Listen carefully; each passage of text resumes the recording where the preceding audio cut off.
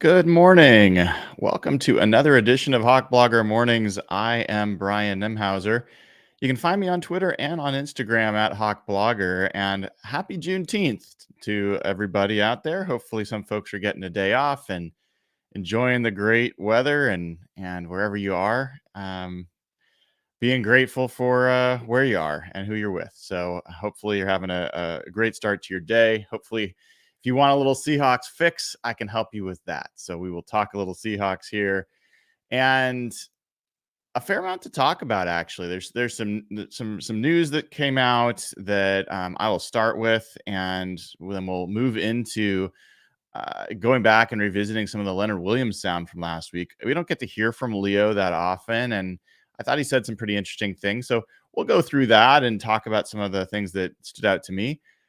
I may talk about the Mariners, but I will save that for the end. So you'll get your Seahawks stuff up front. But um, as far as a couple other quick things, sorry, forgot to mention this.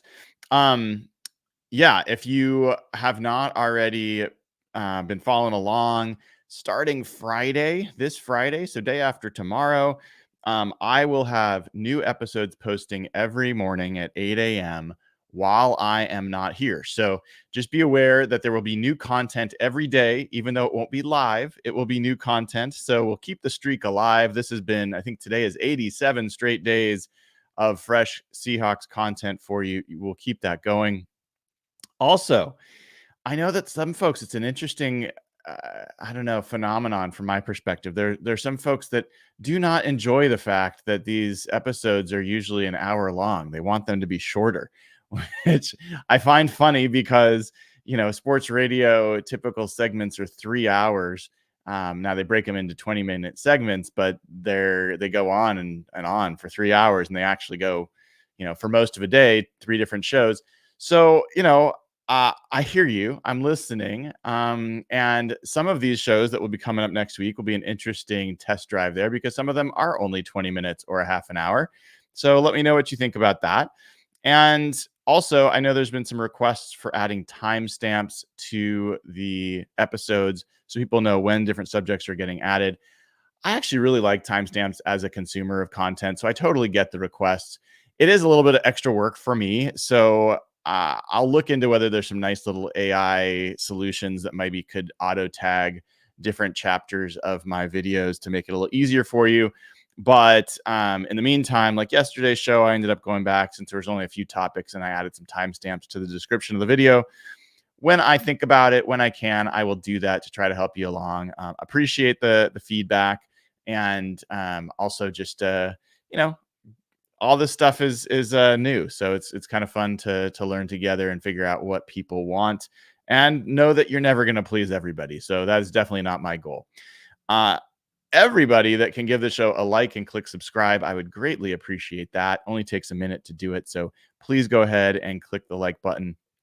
If you like what you're hearing and you want to hear more, please click the subscribe button as well. All right. So, news of the day, a few different things that I wanted to talk about before we get into the Leonard Williams sound. First of all, I think that the news came out. When did it come out? Let me see here. Ricky Person Jr., a running back, signed with the Seahawks. Was this yesterday? Gosh, I think it was yesterday. Time flies when, and it doesn't matter. It happened yesterday. Ricky Person Jr., who was playing in the UFL last year and was part of the championship team and, was apparently a lot of different NFL teams were interested in signing him. He signed with the Seahawks. So I think there'll be a corresponding move at some point.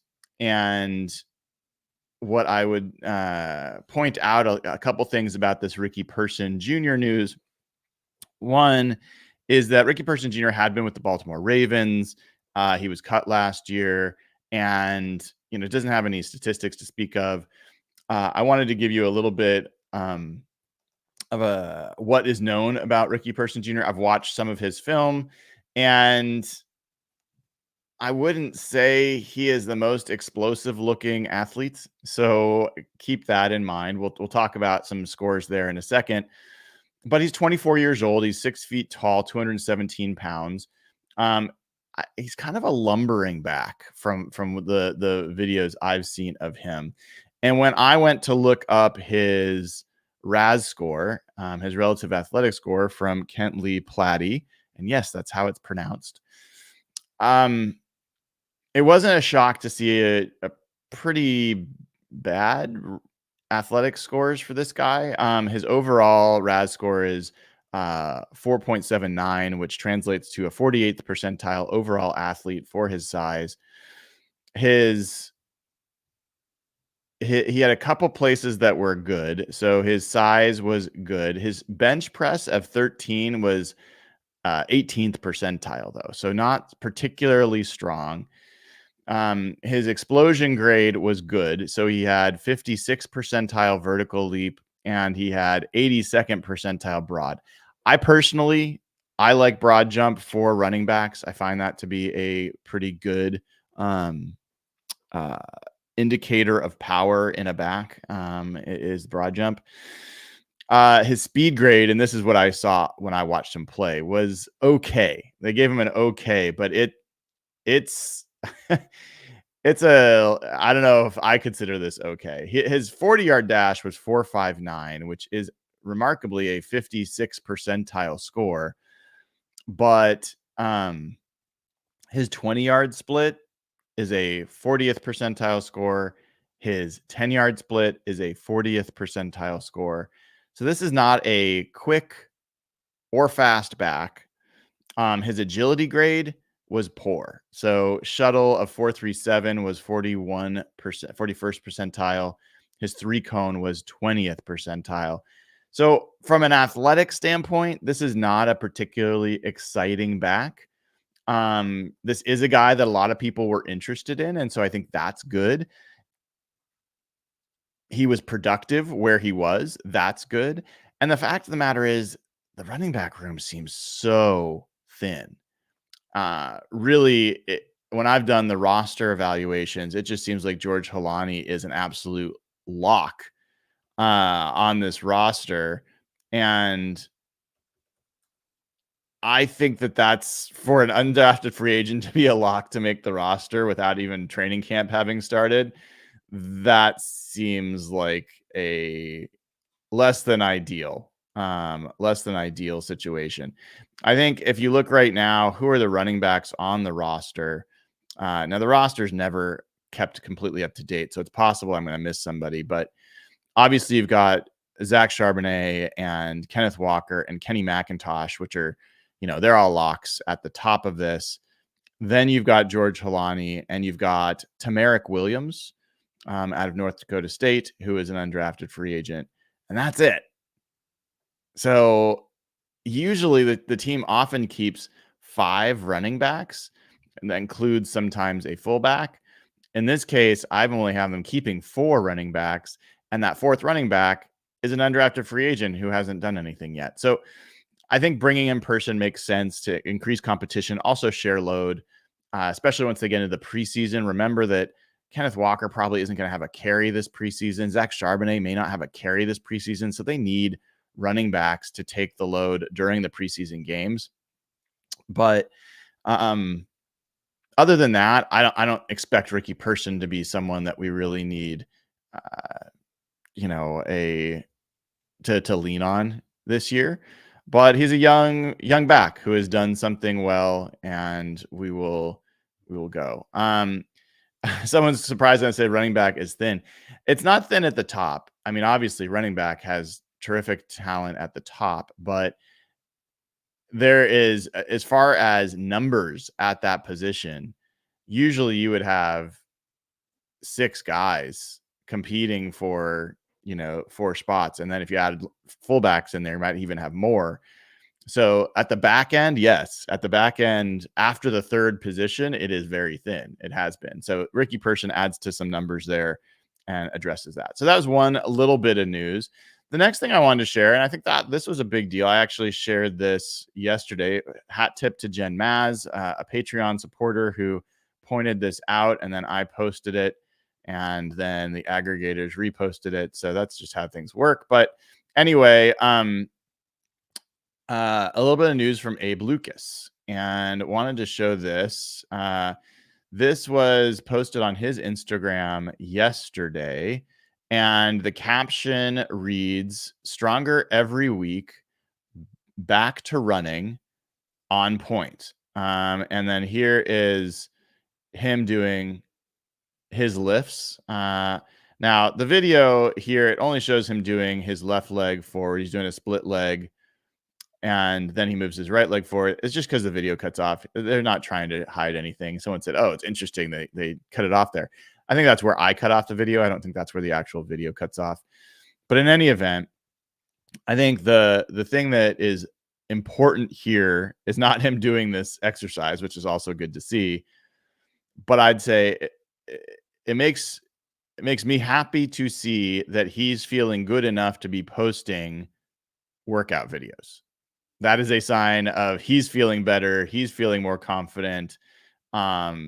He's gaining some momentum. So that's good. The caption is the other part that is worthy of at least a couple notes. That is that he's stronger every week and he's back to running. Now we're going to parse words because we're in the dog days of Seahawks coverage. So we're going to parse every word. If he had just said running, great. But back to running implies that he had been running, he had to stop running, and now he is back there.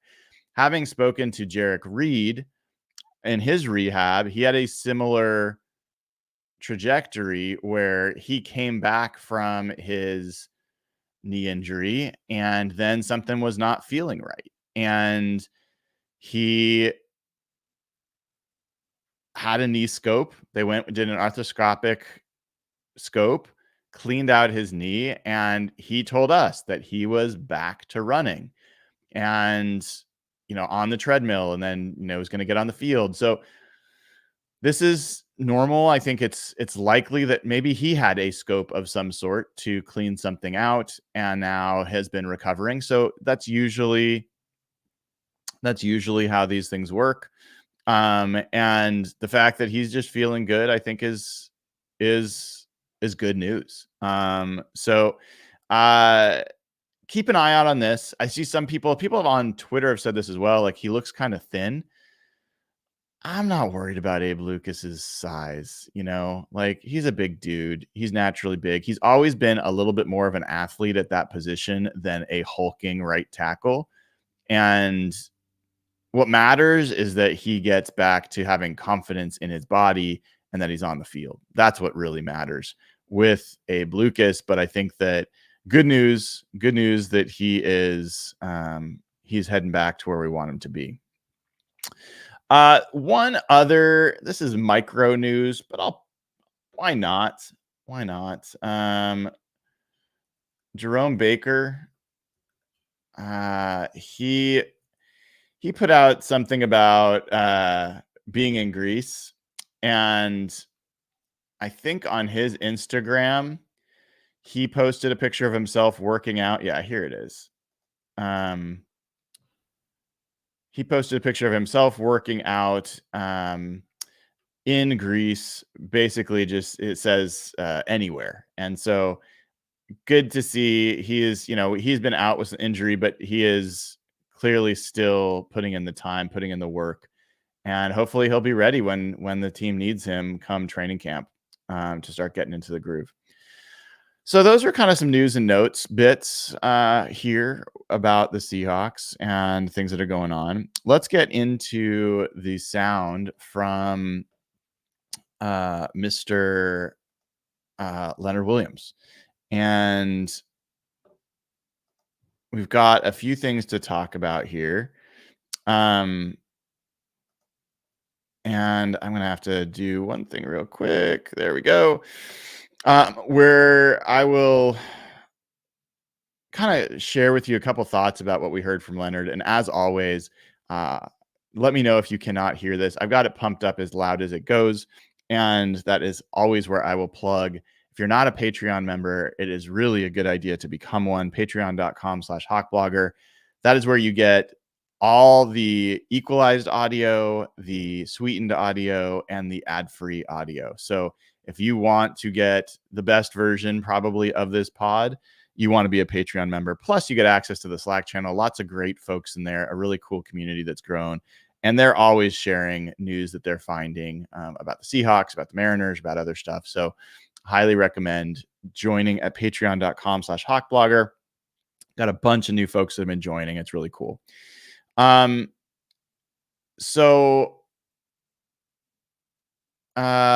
sorry. Got distracted for a second. So, Leonard Williams was interviewed last week at his press conference and had a lot of things that I thought were interesting to say. First thing was, if you remember when I played yesterday for you, the Jackson Smith and Jigba sound, toward the end of that press conference, they said, is the defense basically just showing you the same thing pre-snap every time and then it changes like after the snap?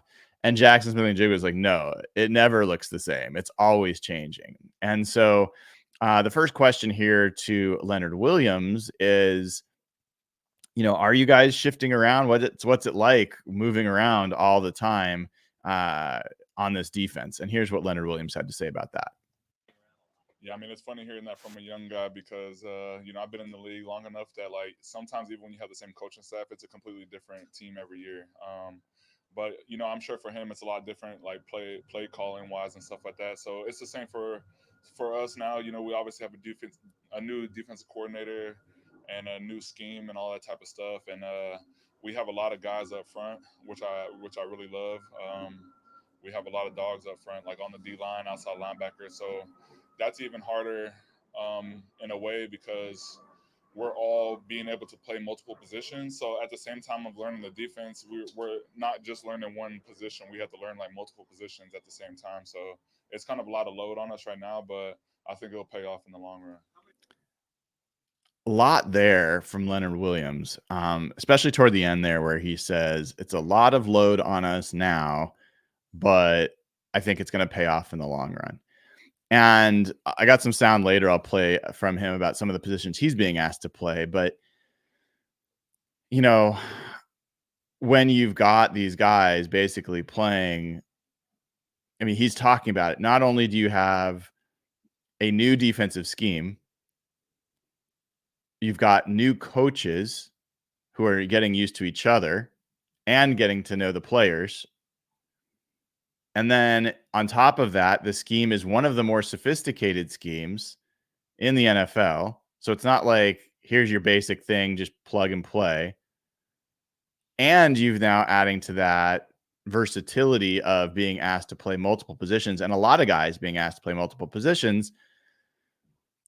There's a lot of complexity to what's going on here. And whenever you have complexity, there are more opportunities for failure. There just are.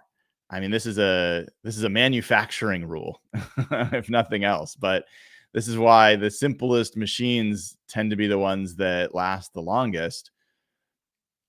The same thing can kind of apply here when you're talking about building a new foundation for this team. And we've heard it on both sides of the ball.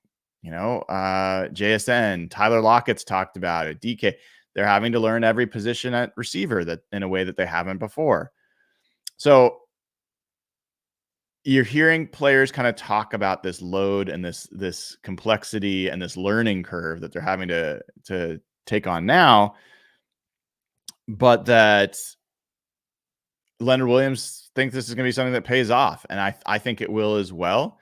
And the reality is, as much as we want it to pay off right away, it may not. It may not pay off in the first part of the season.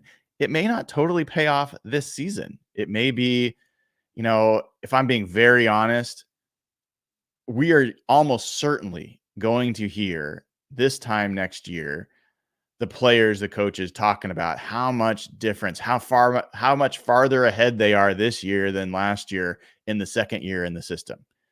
Like that is a truism.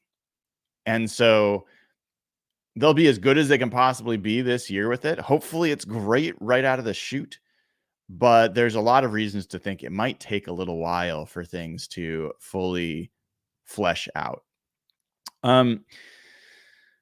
Next bit of sound I hear for Leonard Williams is, okay, if you're being asked to play multiple spots, how many spots are you, Leonard Williams, being asked to play? And here's what Leonard Williams says about that. They kind of have me playing like 6 different spots, like all the way from like the 0 all the way out on pretty much both sides. Okay, so that's an eyebrow raiser. I mean, they have him playing. So 0, if anybody doesn't know 0 is the nose tackle. It's like right on the center, like and A gap kind of responsibilities, all the way out to the edges on both sides. So he says he's got 6 positions that he's playing. It's not even that they have him moving out to one specific side. They have him playing both sides. So that's a big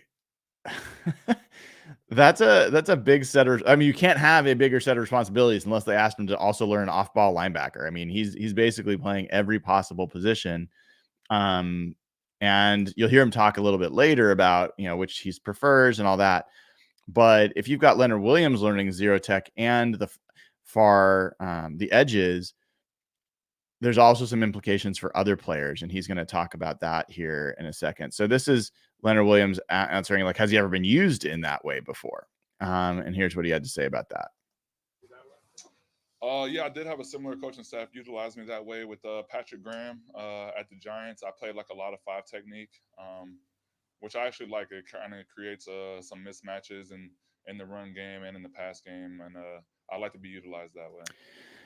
So that he talked about Patrick Graham, and that made me want to look up when I want to look up Patrick Graham when he was the defensive coordinator for the Giants, and then we're going to match that up with when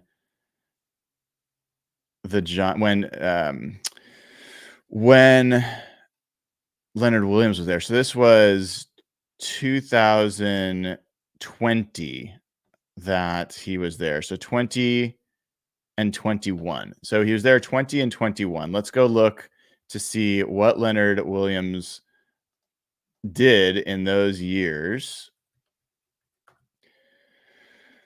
So Leonard Williams in 20 and 21. Well, interestingly enough, in 2020, he had one of his highest rated years. He had a 79.8 grade, 82.6 against the run, 69.9 pass rush. He had 62 pressures that year and 13 sacks. So that was his biggest year in terms of numbers of sacks. In fact, even in 2021, where some of his numbers went down, he had 8 sacks. That is his second most sacks that he had. So his 2 years with Patrick Graham were 2 of his best pass rushing years and also one of his best run defending years. If I look through here a little bit more in terms of what positions he played during those years, yeah, it's really interesting, actually. So he played 222 snaps outside the tackle in 2020, which is the most he's ever done by a decent shot. So he played like outside the tackle 222 snaps. He played over the tackle 209 snaps. That was also one of the most. The next year in 2021, he played 283 snaps over the tackle. That was a career high. And then the rest of his snaps were mainly B gap snaps, like 3 tech snaps. So really, I mean, I think that's pretty fascinating that during those 2 years with Patrick Graham is the years that Leonard Williams compared to how he's being used now. The numbers back it up in terms of he played more outside the tackle, more over the tackle than he did any other season. And while doing so, like had two of his best years in the NFL. So I think that's pretty cool and something that is worth keeping an eye on as we learn a little bit more about how Leonard Williams is going to be used and how this scheme's going to play out. Next comment here is like, how does he think that all this versatility benefits the defense? I think it benefits us in creating matchups where like you're putting the defensive player in the best position, and then you're also confusing the offense. So it makes it harder for the offense to study us, knowing that they may see Draymond at a 5 technique on film, and then when we line up and play against them, he's probably going to be playing 0 or 3 technique. So it's harder for our offense to scheme against like one specific player because we move around so much, and then it's also giving us freedom as players to use our best skill sets in the best situations. And the coaches are doing a good job of like knowing that we're all different. So he's, even though he might say get from point A to point B, he's going to tell me to get there differently, or he'll allow me to get there differently than the way Jay Reed will get there. And I think to me that takes a great coach to understand that we're different players, and even though we can do the same job, we may do it differently. Good stuff there from Leonard. So he starts out by sharing maybe unintentionally some news about Draymond Jones. He talked about the notion that a team that's preparing to play the Seahawks won't necessarily know if there's a specific guy that they're wanting to key on. It's going to be harder. And this is going to be a story on both sides of the ball. I think we're going to hear DK Metcalf not being in the same spot on offense all the time because he was doubled so much. And if he is moving around significantly more and he's playing out of different spots, it is going to force the defense to have to mutate in order to defend him with 2 players if that's what they want to do. And it's just going to be more complexity for a defense to prepare for. Same thing goes here for opposing offenses. Let's say Boye Mafe goes on a heater like he did last year where he had 7 sacks in 7 games and they really want to focus on him. Well, he might not be playing the same position. They might not be able to plan to chip him in the same way if he's in a different spot. And what Leonard's here said is about Draymond Jones, where he said Draymond could be playing, they see him at 5 tech, which is essentially over the tackle, not outside the tackle, but it can be outside the tackle, but generally over the tackle. And he could be playing 5 tech. And then when they actually line up, that he's playing 0. I had not thought Draymond Jones would be lining up over the center at any point at his size, but interesting. You talk about him playing 3 tech. That's more expected with Draymond Jones, but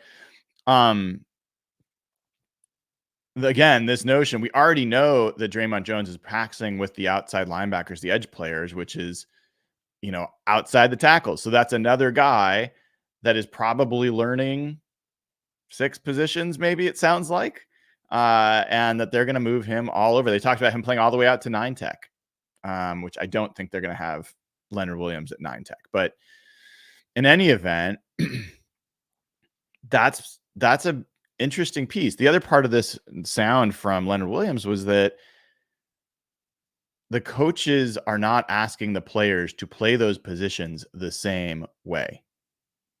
And I think that's a cool insight because look, you can have some drill sergeants that are like, no, you will do it this way. You're going to learn it over and over and over again until you do it this way, my way. And what you're hearing from Leonard Williams is there's a lot of ways to get to a specific spot, to hold your gap responsibility, to beat a player in front of you. And that so far their coaches are respecting the fact that he's not the same player that Jaron Reed is, and he shouldn't be expected to accomplish his task the same way. So I think those are all good signs and some interesting things there. Question that the next piece here is like, how do you how do you deal like with understanding the intricacies of all these different spots? Good question. Um, for me, it's like there's certain positions that are kind of already locked in for me. So like playing like the three technique is almost like second nature for me now. That almost is like riding a bike for me now. So because I'm locked in on that, I obviously continue to put in work in that position because that's my bread and butter. But at the same time, I put like more emphasis on like the positions I'm not as comfortable yet. So like I put more emphasis on like playing five technique, playing six technique, and places where I feel a little more like a little bit more discomfort. So you hear Leonard Williams talking about, the three technique is his home. That's what he just knows. And he can do that at any point, and he can be his kind of non-thinking best self there. But that his approach while he's being asked to do these different things is to focus a little bit more on these places where he doesn't have that comfort and to put himself into discomfort in order to improve in those places. So I thought it was an interesting answer. I mean, Leonard Williams certainly a smart dude, and his answers I think were pretty insightful. One of the questions here that I thought was also interesting is like, how do you feel about playing in the 2-point stance? Is that something that you're excited to get your hand out of the dirt? And I think a lot of people might think like, hey, if you're a defensive tackle, it's fun to get out there on the edge and do your best, Lawrence Taylor. Here was Leonard Williams' response to that. Pin your ears back. I mean, I actually prefer to put my hand in the dirt in pass rushing situations. It just allows me to have like a better trajectory and like low pad level. Like I'm a tall guy, so like sometimes coming out of a 2-point stance is not ideal.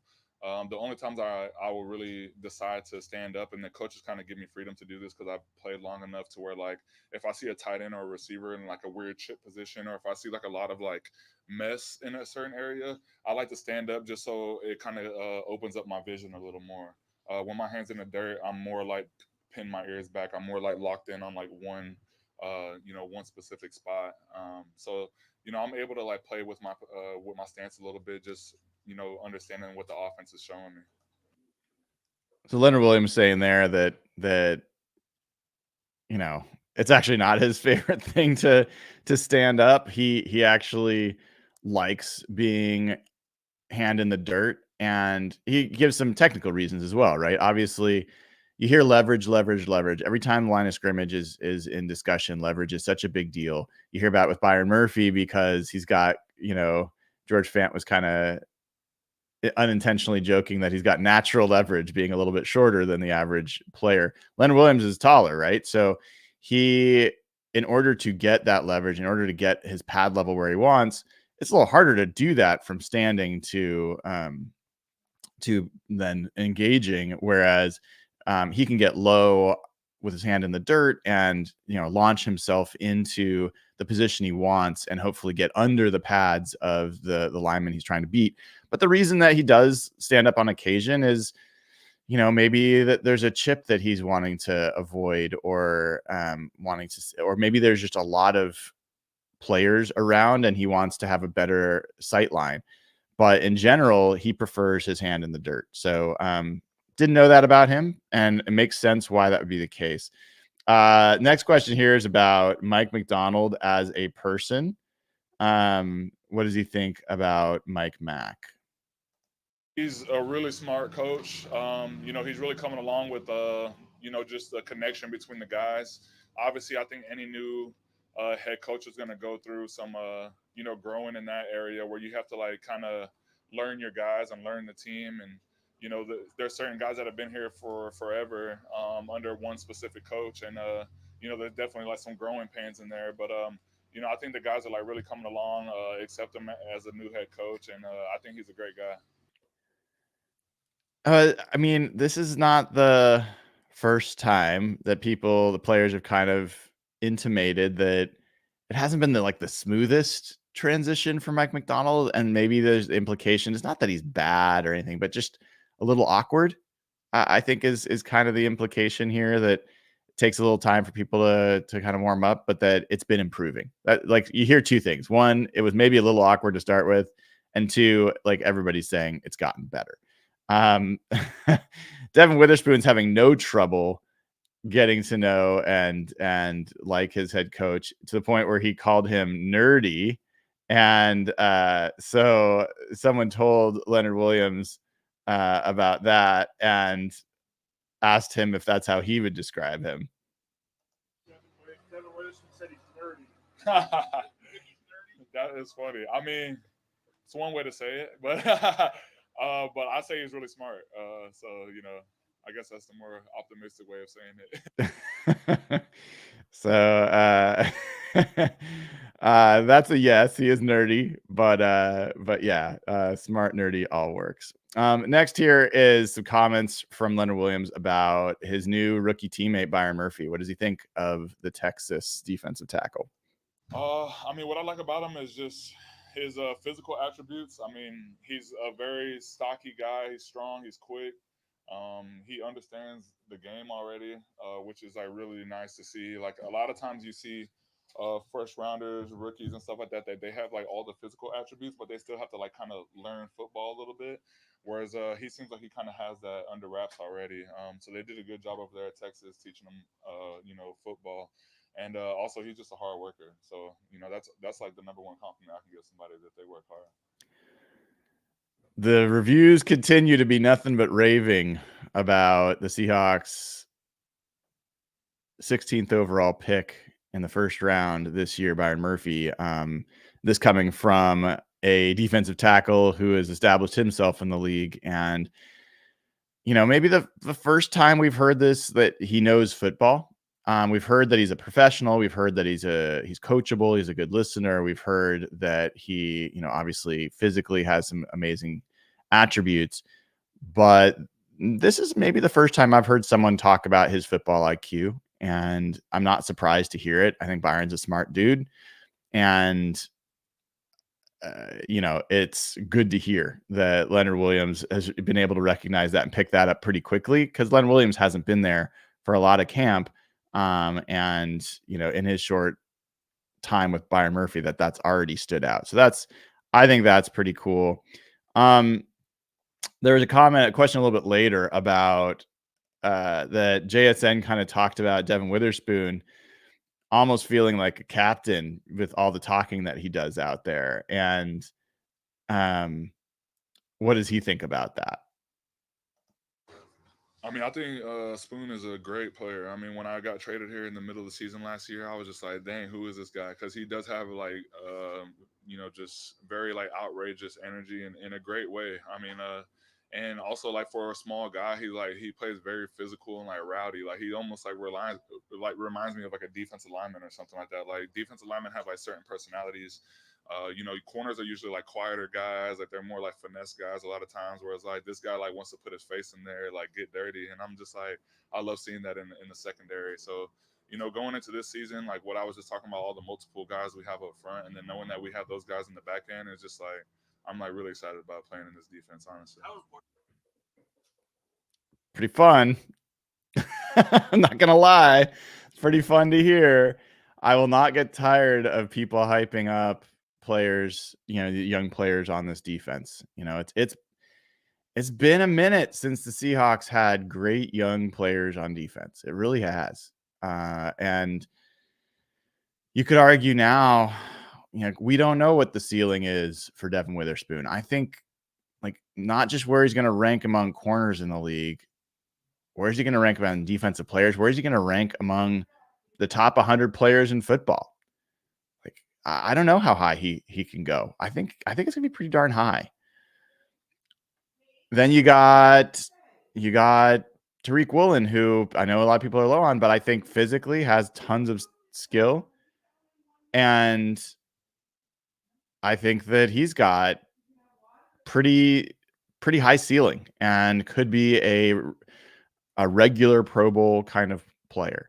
You got Boye Mafe, who broke out for 9 sacks last year, and I think got more in him. You've got now Byron Murphy, who's coming on the scene, and we don't know yet, but I think has potential to be really great. And so you've got these guys at various levels of the defense, who have real upside, and they're going to have to be great. But the fact that you've got a bunch of those guys on one side of the ball, and then you sprinkle in some more proven, more reliable, more known quantities in Leonard Williams, Jaron Reed, Draymond Jones, Uchenna Nwosu, it's a cool mix. It's a cool mix. I'm looking forward to seeing this crew get out on the field.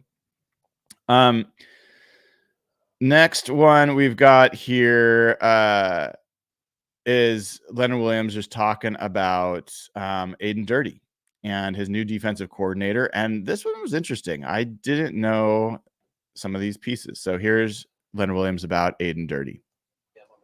I mean, me and him surprisingly have a great relationship, even though we haven't worked together that much in terms of time. But I had a great relationship with Dan Quinn for a really long time, and him and Dan Quinn come from they worked with each other for a long time. So me and AD almost feel like we knew each other through like a neutral person, and also having a defensive coordinator that's so involved with the D line like makes me excited because like he's like putting a lot of emphasis on how he can help us up front.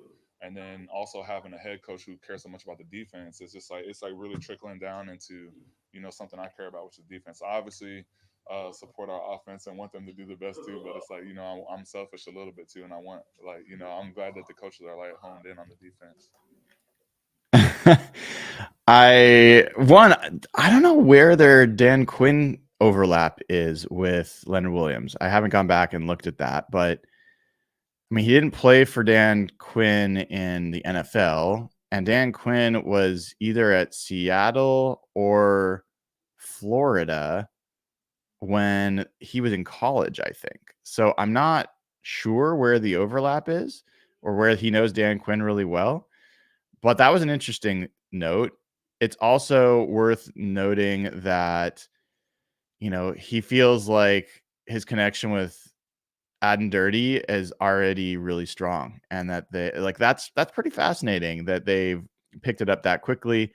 And I thought it was a really great insight from Leonard Williams, about the fact that Aden Dirty is a defensive line coach who is now the defensive coordinator. So among the defensive coordinator is focusing a little bit more and has a little more expertise on the defensive line. And then for the team, you've got a defensive coach. And so he's talking about this kind of compounding effect you get of, a defensive coach who then has a defensive line oriented defensive coordinator that he's liking. Like it's getting the defensive line an opportunity to potentially be the best it can possibly be. And it's maybe no accident that the Seahawks position group that's probably improved the most over the last 2 years is defensive line. And that this is a priority, that they had choices to make this offseason. Their number one free agent spending decision was Leonard Williams. Their number one draft pick, Byron Murphy. Their number one free agent position addition last year, defensive lineman and Draymond Jones. So they've been investing in making this position group better, and Leonard Williams kind of feeling it, which I think is cool. Last thing here was an interesting comment from Leonard Williams. He was asked about whether it's been hard or whether he's been able to kind of connect with Tyrell Dodson and Jerome Baker, even though they haven't been out here. His answer about them is one thing, but I thought it was interesting, his comment he has here. Listen to him talk about his own absence and what that's meant. That's been a little bit more difficult for sure. Sometimes being out here on the field makes a big difference. I can even tell when I wasn't here for a few days. My first day back, I felt like I still had to like get in the groove for a little bit. So even being back for a week is already I'm kind of feeling back in the groove. But I feel like both of those guys do a great job of like communicating with guys off the field, talking to everybody, and we understand like when it's their time, they're gonna roll. All right, so that was Leonard Williams talking about Jerome Baker and Tyrell Dodson. That basically saying like, hey, we're texting and stuff or chatting, whatever, but we're not like that relationship has not really begun yet until those guys get on the field. Let's hope that they're ready to be on the field come training camp, which, by the way, it starts July 17th is when rookies will report for the Seahawks. And then July 23rd is when the veterans report. So we've got our dates. We are less than a month away from rookies reporting for Seahawks training camp. So that's cool. And hopefully we'll get those guys available.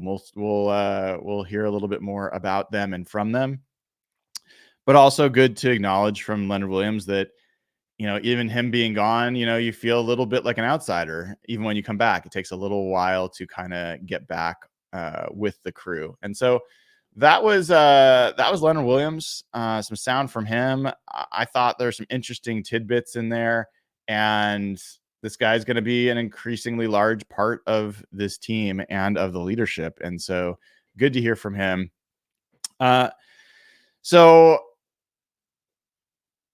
I think tonight at 7:00, excuse me for the stretch, 7:00, Jeff Simmons and I will be doing our Double Pod Wednesday. Real Hawk Talk will be back.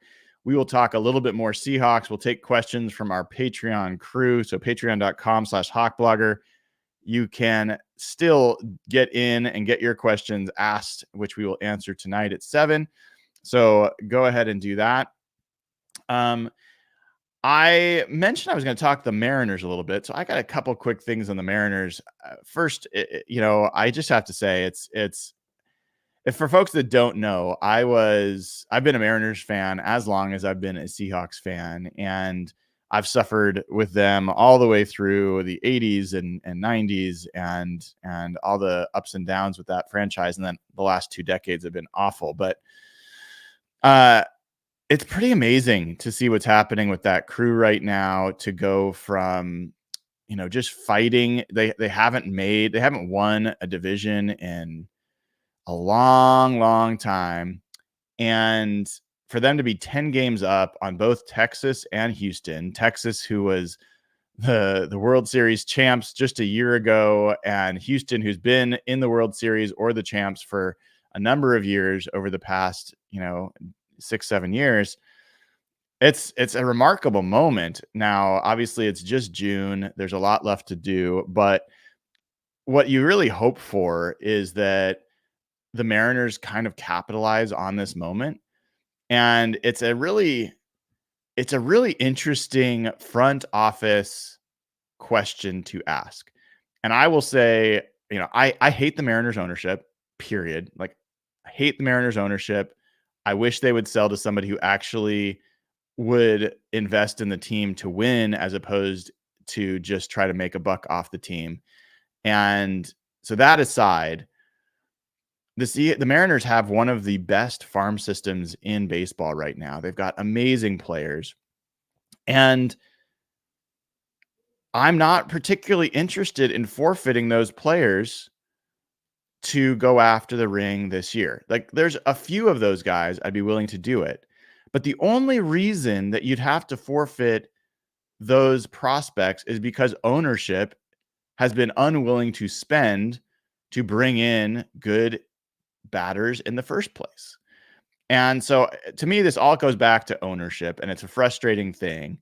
But, there's talk about the Mariners trading for Luis Robert from the White Sox. And while he's certainly a great player, a great center fielder, the amount of prospects that they're talking about needing in return is like, it's a king's ransom. And I'm personally not comfortable giving up some of these guys that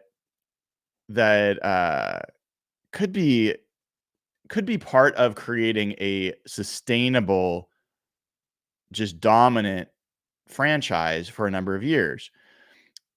I'm more interested in some of these rentals, but the thing is, you'd have to pay. Like Pete Alonso from the Mets, you're going to have to pick up a $11 million tab for a couple of months of his service. Mariners ownership has not typically done that. Jerry DiPoto has not typically wanted to do rental types of players. And now the Mets, both good news and bad news, have gone on a streak. They've won 7 in a row. they've beaten the Rangers the last 2 nights, and Pete Alonso was a big part of that both nights. So the Mets may not want to give up anybody at this point because they're right in the wild card race themselves. But I would love to add a guy like that because I think it'll take a lot less in terms of prospects. And I think it still gives you a chance to take advantage of this year. So I think they do need to add still on offense, but we're in this kind of, I think it's a mirage phase where the Mariners are scoring more runs and you're like, well, do we really have a spot to add somebody? And it's like, yes, you absolutely need another slugging player on this team who, when you get to October, is a threat. And as much as I love Dylan Moore and the fact that he gets a bunch of extra base hits now and then, the fact that Mitch Garver started to hit a little bit more, he's still hitting like 180 on the year. I mean, you need to have somebody that when the best pitchers are pitching to you in the biggest moments, that the pitchers have some fear and not just the batters. And I think the Mariners just don't have enough of those guys in their lineup. There's just no doubt about it. There's too much swing and miss. So I would love to see them add to the mix. One of the guys that I would love to see them add, and I don't think there's really any chance that they will, is Rengifo. I don't know. I'm the guy from the Angels who is like a 330 hitter. I think he's always been a thorn in the side of the Mariners, but just a high contact player who's also just got a bit of the dog mentality that I would like, and I think plays well in October. We're just a total grinder. There's not a lot of those guys to be had, and I'd love them to add someone like that. That doesn't have to just be. I'd love them to add ideally 2 players, one player who's a little bit more of that variety, who's a high contact player, get on base, and then somebody who's going to be able to hit some home runs, and so we'll see. I understand that there's not going to be a lot of sellers given how many teams are in the playoff race. But I guess my major piece is I don't want them to really, I'm not even sure if I want them to make a trade like the Luis Castillo trade they made a couple of years ago, where they gave up a lot of top prospects to get Castillo. That's worked out really well. He is a fantastic player, a fantastic pitcher, but there was a rumor yesterday, and it was where was it? It was that the Mariners were going to give up, or that the thing that would make sense is the Mariners trading their young prospect, Felnin Celestin, who's just tearing it up right now. He's got 7 hits in his last 8 at bats. I mean, he's just tearing things up. For I think it's Paredes over on Tampa Bay. Let me double check that was the proposed trade. But in any event, I don't want them trading Celestin. I don't think he should be on the block. I think this guy's got tons of potential, and I don't think at his age you're going to get reasonable return. And even though Isaac Paredes, who is the guy they're talking about from Tampa, is 25 years old and has had some big years. I mean, he was a 4.3 WAR player last year, hit 31 home runs, 840 OPS. Even this year, he's an 823 OPS guy. He's got 10 home runs. I mean, he's a big bat that could be part of your team for many years. I'm not interested in trading Celestin.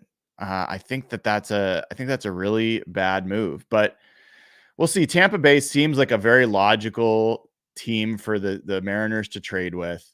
That's becoming maybe the most logical team. And I would not be surprised if Randy Arozarena is a guy that gets dealt.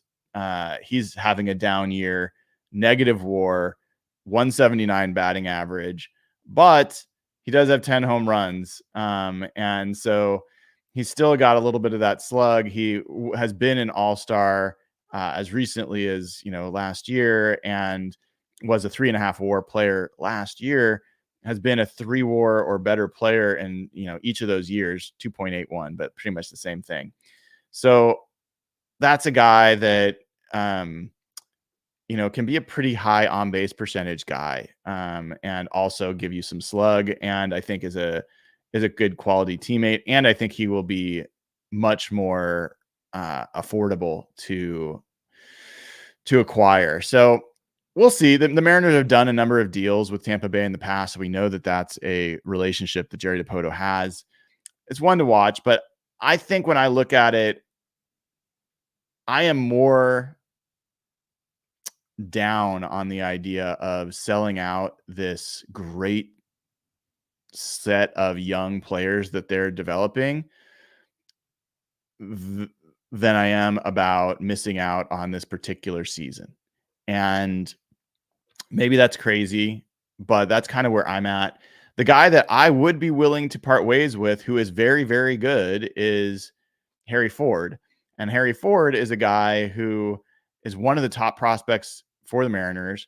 I think that the Mariners really should and hopefully will sign Cal Raleigh to an extension. And when they do, I mean, Harry Ford can play potentially some different positions, but I think his best position is definitely catcher.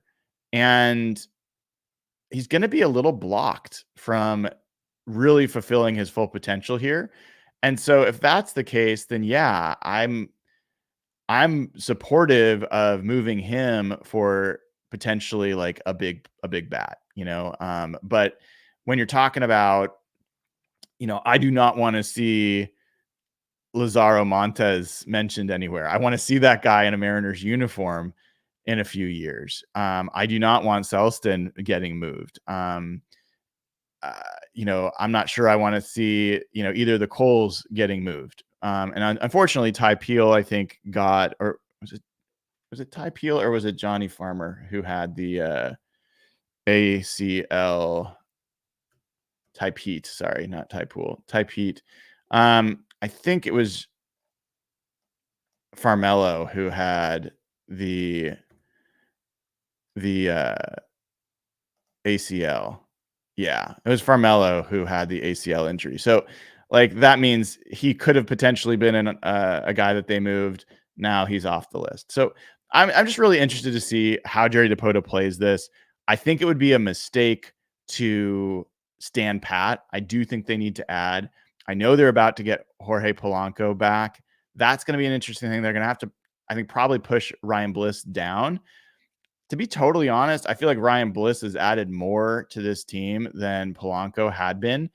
And I'm not saying he's a better player, but Bliss plays a specific role. He is a great late inning sub, base stealer, good defender, can be a solid AB guy, get on base kind of guy. I don't know with Polanco, like hopefully he regains his stroke because then he can be part of the solution. But I'm not totally thrilled about Ryan Bliss going down. And I am curious kind of how they're going to, they didn't send Tyler Locklear down once they brought Ty France back. I'm not sure they've got a total plan about how to utilize him. It's going to involve Mitch Garver probably playing a little more catcher that makes some space for Locklear to get some DH ABs, but it's getting a little crowded. And so I'm curious to see how they handle it with Polanco. I have a feeling they're going to want to see Polanco for a little bit before they make a decision on what they do at the trade deadline. Normally, Dipoto, when he made the Castillo trade, it was, I think, well before the trade deadline. And I think he generally likes to get as much out of players as possible. And so the cost goes higher. This time, I think they're going to wait a little bit longer. I think they're going to see right up until the deadline what's available and if there's any deals that just stand out to them.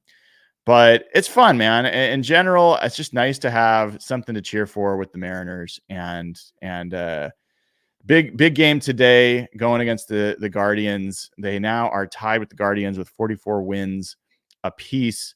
Trying to get, instead of just winning the division, they're trying to get a bye in the first round of the playoffs, which would be really cool.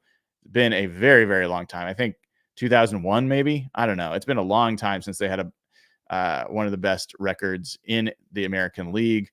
And with the schedule that they have, there's every reason to think the Mariners should continue to climb. But this series with the Guardians is a really big one.